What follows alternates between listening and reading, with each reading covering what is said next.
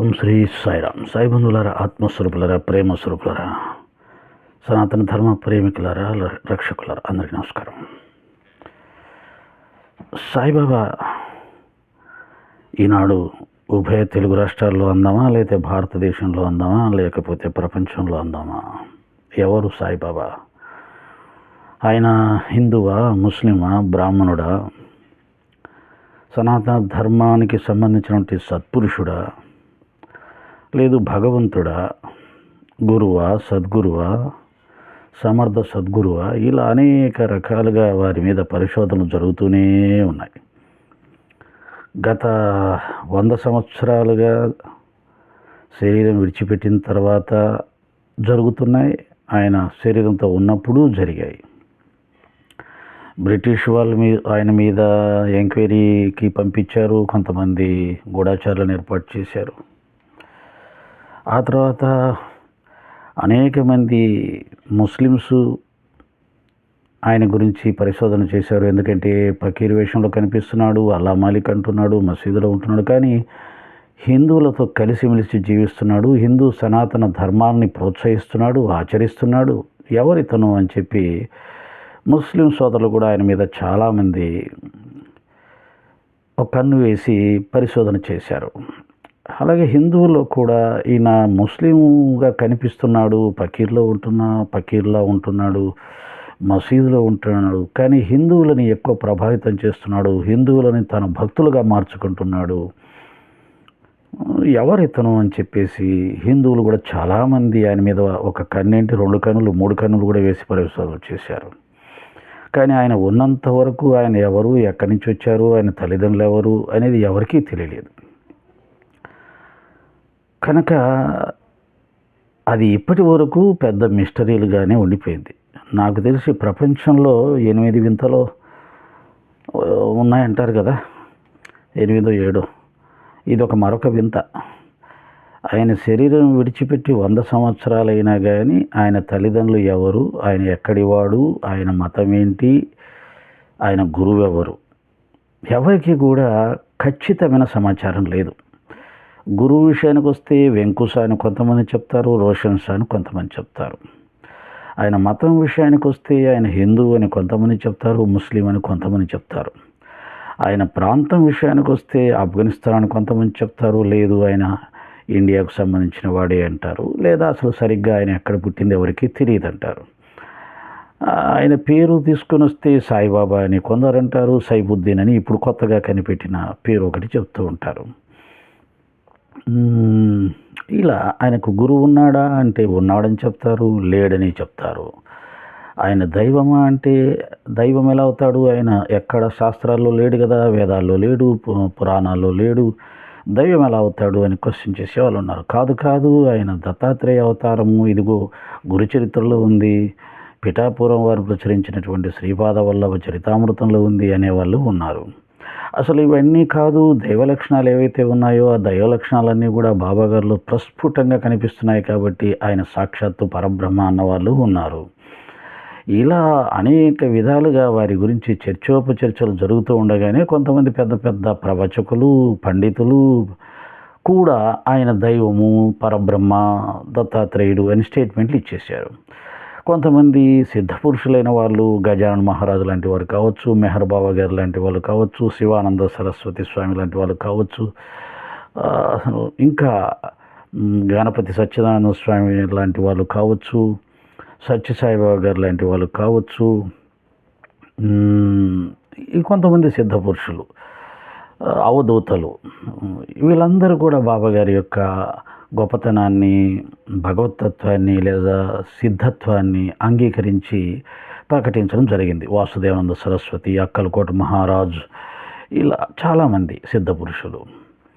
ఇక ఇప్పటి కాలానికి వస్తే మన ప్రధానమంత్రి గారితో కలిపి, తర్వాత యోగి ఆదిత్యనాథ్ గారితో కలిపి, ఆర్ఎస్ఎస్ చీఫ్ మోహన్ భగవత్ గారితో కలిపి, ఇలా సమాజంలో పెద్ద స్థాయిలో ఉన్న రాజకీయవేత్తలు, భారతదేశాన్ని అమితంగా ప్రేమించేవారు, సనాతన ధర్మాన్ని ప్రాణం పెట్టేవారు, వీళ్ళు కూడా బాబాగారి గొప్పతనాన్ని అంగీకరించి వారు సనాతన ధర్మానికి సంబంధించిన వారు చెప్పడం జరిగింది. ఇలా ఒక పక్క ఇలా ఉంటే, ఇప్పుడు కొత్తగా పాపం మనవాళ్ళు బాబాగారు ముస్లిం అని చెప్పి చాలా కష్టాలు పడుతూ నిరూపించడానికి అనేక ప్రయత్నాలు చేస్తూ ఉన్నారు. అదే సందర్భంలో కొంతమంది చేత సాక్ష్యం ఇప్పించే ప్రయత్నం చేస్తూ ఉన్నారు. మొట్టమొదట దీన్ని ద్వారకా పీఠాధిపతి పరిపూర్ణానంద సరస్వతి గారు వారు దీన్ని లేవనెత్తారని చెప్తారు. ఓ 10 సంవత్సరాల క్రితం ఆ విషయం అప్పుడప్పుడు పైకి వస్తూ మునిగిపోతూ ఇప్పుడు మళ్ళీ పైకి వచ్చింది. అంటే వీళ్ళు ఏం చెప్తున్నారంటే, ఇదిగో పీఠాధిపతి గారు చెప్పారు, ఇదిగో ఈ మధ్య షణ్ముఖ శర్మ గారు చెప్పారు. అసలు వీళ్ళందరూ చెప్పడం కాదు, శాస్త్రాలు చూడాలి కదా, శాస్త్రాలు లేదు కదా అని చెప్పేసి వాళ్ళ ప్రయత్నం వాళ్ళు చేస్తూ ఉన్నారు. నిజమే, ఈ పక్క బాబాగారు ముస్లిం అని చెప్పిన వాళ్ళు 10 మంది కనపడితే బాబాగారు సనాతన ధర్మానికి సంబంధించిన వారని చెప్పి 100 మంది చెప్పిన వాళ్ళు ఉన్నారు. మరి ఇప్పుడు ఈ సమస్య తీరేది ఎలా? అటువంటి సమస్యని తీర్చవలసిన అవకాశం లేదా ఆ శక్తి, ఆ యొక్క అర్హత ఉన్న వాళ్ళు ఎవరంటే రాజ్యాంగం, అలాగే న్యాయస్థానాలు. కాబట్టి బాబాగారు ముస్లిం అని ఆధారాలుంటే అవి న్యాయస్థానంలో సబ్మిట్ చేసి కోర్టులో కేసు వేసి ఆయన ముస్లిం అని అక్కడ నిరూపించి ఆయన మందిరాల్లో హిందూ దేవతారాధనని తొలగించమని కోర్టు నుంచి ఆదేశాలు తెచ్చుకోవాలి. కానీ ఎందుకనో ఆ ప్రయత్నం చేయకుండా కేవలం పుస్తకాలు పట్టుకొని, శాస్త్రాలు పట్టుకొని, సోషల్ మీడియాలో కూర్చొని, టీవీ ఛానల్లో కూర్చొని ఆయన ముస్లిం ముస్లిం ముస్లిం అంటూ చెప్పడానికి ప్రయత్నం చేస్తున్నారు. దీనివల్ల ఏమీ రాదు, వింటారు, వదిలేస్తారు. లేకపోతే మళ్ళీ మాలాంటి సాయి భక్తులు వచ్చి కూర్చుంటారు, బాబాగారు ముస్లిం కాదు, ఆయన సనాతన ధర్మానికి సంబంధించిన వారు అని చెప్పి దానికి కావాల్సిన ఆధారాలు ఇప్పుడు నేను చెప్పాను కదా, కొన్ని 100 మంది వారిని సనాతన ధర్మానికి సంబంధించిన సిద్ధ పురుషులుగా చెప్తున్నారు కదా, అదే విషయాలు మళ్ళీ చెప్తారు. వాళ్ళు చెప్తారు, వీళ్ళు చెప్తారు, వాళ్ళు చెప్తారు, వీళ్ళు చెప్తారు. న్యాయం జరిగేది ఎప్పుడు? దీని న్యాయ నిర్ణేత ఎవరు? ఈ రెండింటిని పరిశీలించి ఆయన ఫలానా దానికి సంబంధించిన వారు అని, అయోధ్య మందిరం రామ జన్మభూమి అని రాముడికి సంబంధించింది అని సుప్రీంకోర్టు చెప్పిన తర్వాత సమస్య పరిష్కారమైంది. అంతవరకు కొన్ని 100 సంవత్సరాలు అది నలుగుతూనే వచ్చింది. కాబట్టి దీనికి కూడా పరిష్కారం నాకు తెలిసినంత వరకు న్యాయస్థానాల్లో మాత్రమే దొరుకుతుంది. కానీ న్యాయస్థానాల్లో బాబా ముస్లిం అని నిరూపించే ఆధారాలు వారి దగ్గర లేవు. ఉంటే ఎప్పుడూ న్యాయస్థానానికి వెళ్ళేవారు. ఎందుకంటే బాబా ముస్లిం అని వారు చెప్పి సాక్ష్యాలు ఇస్తే, ఇంకో పక్క బాబా సనాతన ధర్మానికి సంబంధించిన వారు అని అనిపించడానికి, నిరూపించడానికి కొన్ని 100 సాక్ష్యాలు ఉంటాయి. కొన్ని 100 మంది మహాత్ముల, సిద్ధపురుషుల, ప్రవచకుల, పండితుల వాంగ్మూలాలు ఉంటాయి. కాబట్టి ఇది సమస్య. నాకు కూడా చాలా ఆశ్చర్యం వేస్తుంది. ఒక 4 ఇళ్లలో బిచ్చమెత్తుకొని తిరిగిన ఒక పిచ్చి ఫకీరుగా పిలువబడ్డ వ్యక్తి ఇంత గొప్ప వైభవమా? వారి నోటితోని చెప్తే షిరిడీ సంస్థానం అనేది ఏమీ మొదటి స్థానంలో ఏమీ లేదు. మొదటి స్థానంలో తిరుపతి ఉంది, రెండవ స్థానంలో సాయిబాబా గారి షిరిడీ సంస్థానం ఉందని స్వయంగా బాబాను విమర్శించే వాళ్ళే చెప్తూ ఉన్నారు. అటువంటి రెండవ స్థానానికి, అంటే మన దేశంలో ఎన్నో పుణ్యక్షేత్రాలు ఉండగా, ఆ క్షేత్రాలకు క్షేత్ర మహిమ ఉండగా, ఉన్న వాళ్ళందరము హిందువులమే 80% ఉండగా, రెండవ స్థానానికి ఒక పిచ్చి ఫకీరు ఎలా ఎదిగాడు అనేది ఇప్పటికీ నాకు ఆశ్చర్యమే. ఆయన మీద ఇంతమంది, ఇప్పుడైతే చూస్తే అసలు ఎంతమంది పనిగట్టుకొని వేదాలను, పురాణాలను పట్టుకొని బాబాగారు ఎలా దేవుడు అవుతాడు, ఎలా గురువు అవుతాడు, ఆయన గురువు కాదు, దేవుడు కాదు, హిందువు కాదని చెప్పి వాళ్ళు మొత్తం తమ శక్తిని అంతా ధారపోస్తూ అన్ని విధాల ప్రయత్నం చేస్తున్నారు. ఇప్పుడు ప్రవచకుల ద్వారా కూడా చెప్పించే ప్రయత్నం చేస్తున్నారు. రేపు పీఠాధిపతుల ద్వారా కూడా చెప్పించే ప్రయత్నం చేస్తారు. ఇంకా ఇవంతా వాళ్ళ ప్రయత్నం చేయడం ఓకే, కానీ అసలు ఒక పిచ్చి ఫకీరు ఏ శక్తి లేనివాడు, వాళ్ళ దృష్టిలో ఏ శక్తి లేదు, ఏ మహిమ లేదు, ఏ ప్రత్యేకత లేదు, ఏ గురువు లక్షణాలు కూడా లేవు, అసలు ఆయన మామూలు మనిషి కూడా కాదు అన్నంతగా ప్రచారం చేస్తున్నటువంటి ఒక వ్యక్తి ఈ స్థాయికి రావడం అనేది ఎలా జరిగింది? మార్కెటింగ్ వల్ల 100 సంవత్సరాలుగా ఒక వ్యక్తి దైవంగా పూజింపబడతాడనేది అది నమ్మలేని నిజం.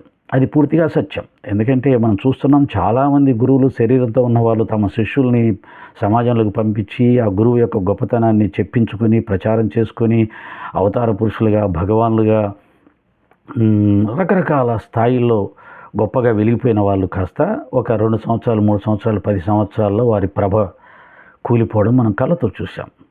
ఏ ఒక్క గురువు, ఏ ఒక్క వ్యక్తి కూడా దైవంగా కానీ, గురువుగా కానీ కపట వేషంతో, దొంగ మాటలతోటి, శిష్యుల ప్రచారంతో శాశ్వతంగా నిలబడ్డ వాళ్ళు ఈ ప్రపంచంలో ఎవరూ లేరు. రజనీష్ లాంటి గొప్ప సాధకుడు, గొప్ప జ్ఞాని, గొప్ప ఏమంటారు ధ్యానస్థితిని పొందిన వ్యక్తి కూడా అతని కపటత్వం బయటపడి సమాజం చేత తరమబడి ఈ దేశాన్ని వదిలిపెట్టి పారిపోయాడు.